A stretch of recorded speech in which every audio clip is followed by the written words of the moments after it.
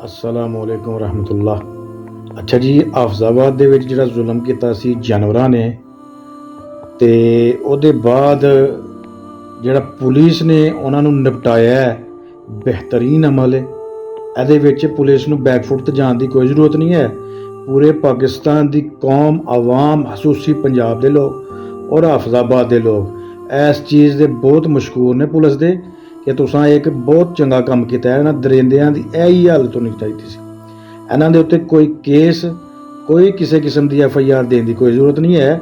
ਜਾਨਵਰ ਸਨ ਤੇ ਜਾਨਵਰਾਂ ਦਾ ਕੰਮ, ਜਾਨਵਰ ਵੀ ਨਹੀਂ, ਇਹ ਦਰਿੰਦੇ ਸਨ ਤੇ ਦਰਿੰਦੇ ਮੁਆਸ਼ਰਿਆਂ ਦੇ ਵਿੱਚ ਰਹਿਣ ਦੇ ਕਾਬਿਲ ਨਹੀਂ ਹੁੰਦੇ।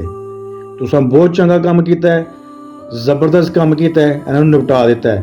ਕਿਉਂਕਿ ਇਹ ਅਦਾਲਤਾਂ 'ਚ ਜਾਂਦੇ ਤੇ ਅਦਾਲਤਾਂ ਨੇ ਛੱਡ ਦੇਣਾ ਸੀ, ਕਿਉਂਕਿ ਸਾਡੇ ਮੁਲਕ ਦੀਆਂ ਅਦਾਲਤਾਂ ਹੈ ਹੀ ਇਸ ਤਰੀਕੇ ਦੀਆਂ ਨੇ, ਨਿਜ਼ਾਮ ਹੀ ਸਾਡੇ ਮੁਲਕ ਦਾ ਇੰਜ, ਠੀਕ ਹੈ। ਉਹ ਮਸਕੀਨ ਦੇ ਨਾਲ ਜਿਹੜਾ ਜ਼ੁਲਮ ਹੋਇਆ, ਅੱਲਾਹ ਪਾਕ ਉਹਨੂੰ ਸਬਰ ਦੇਵੇ ਤੇ ਅਲਹਮਦੁਲਿਲਾ ਪੁਲਿਸ ਨੇ ਬਹੁਤ ਜ਼ਬਰਦਸਤ ਕੰਮ ਕੀਤਾ ਹੈ। ਤੇ ਇਹ ਕੰਮ ਇਸਲਾਮਾਬਾਦ ਵਾਲੀ ਬੱਚੀ ਨਾਲ, ਕਤਲ ਕਰਨ ਵਾਲੇ ਜ਼ਾਲਮ ਦੇ ਨਾਲ ਵੀ ਇਹੀ ਹੋਣਾ ਚਾਹੀਦਾ ਹੈ। ਉਹਨੂੰ ਅਦਾਲਤਾਂ 'ਚ ਪੇਸ਼ ਨਹੀਂ ਕਰਨਾ ਚਾਹੀਦਾ। ਉਸ ਬੰਦੇ ਦਾ ਵੀ ਇਹੀ ਹਾਲ ਹੋਣਾ ਚਾਹੀਦਾ ਹੈ। ਉਹਨੂੰ ਵੀ ਨਿਪਟਾ ਦਿਓ ਭਾਈ, ਉਹਨੂੰ ਪੁਲਿਸ, ਇਸਲਾਮਾਬਾਦ ਪੁਲਿਸ ਦਾ ਕੰਮ ਹੈ, ਉਹਨੂੰ ਨਿਪਟਾ ਦਿਓ।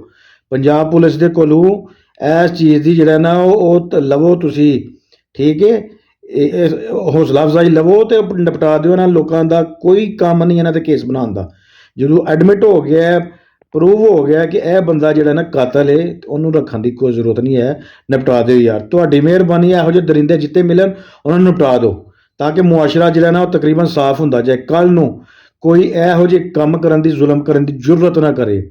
ਬੜੀ ਮਿਹਰਬਾਨੀ। ਕੱਲ੍ਹ ਨੂੰ ਮੈਂ ਵੀ ਅਗਰ ਇਹੋ ਜਿਹਾ ਕੋਈ ਕੰਮ ਕਰਨਾ ਨਾ, ਮੈਂ ਆਪਣੀ, ਠੀਕ ਹੈ, ਮੈਨੂੰ ਵੀ ਲਟਕਾ ਦਿਓ। ਕੋਈ ਕੇਸ ਨਹੀਂ ਬਣਨਾ ਚਾਹੀਦਾ ਸਾਡੇ ਉੱਤੇ।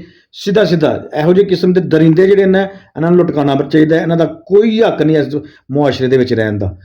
ਕੋਈ ਵੀ ਤਿਉਹਾਰ ਆਉਂਦਾ, ਈਦ ਆਉਂਦੀ, ਕੋਈ ਵੀ ਆਉਂਦੀ ਹੈ, ਉਸ ਤੋਂ ਪਹਿਲੇ ਜ਼ਖਮ ਸਾਨੂੰ ਦਿੰਦੇ ਨੇ। ਤੇ ਬਿਹਤਰੀਨ ਕੀਤਾ ਹਾਫਿਜ਼ਾਬਾਦ ਦੀ ਪੁਲਿਸ। ਹਾਫਿਜ਼ਾਬਾਦ ਦੀ ਪੁਲਿਸ ਨੂੰ ਸਲਾਮ ਹੈ, ਸਲੂਟ ਹੈ।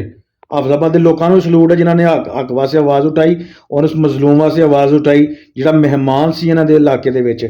ਬਹੁਤ ਜ਼ੁਲਮ ਕੀਤਾ ਇਹਨਾਂ ਲਾਂਤੀਆਂ ਨੇ ਤੇ ਚੰਗੇ ਹੋਏ ਨੇ, ਜਨਮ ਰਸੀਦ ਹੋਏ ਨੇ। ਸਲਾਮ ਅਲੈਕੁਮ ਰਹਿਮਤੁल्लाह।